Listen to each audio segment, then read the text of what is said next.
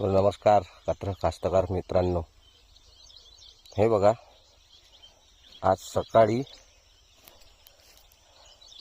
हे पाण्याच्या sprinkler line चालू आहे वावरात.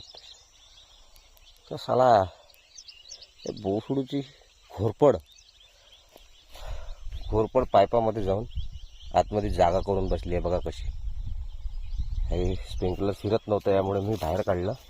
एक घोरपड दिसून राहिली आहे याच्यात, पाहू शकता मित्रांनो.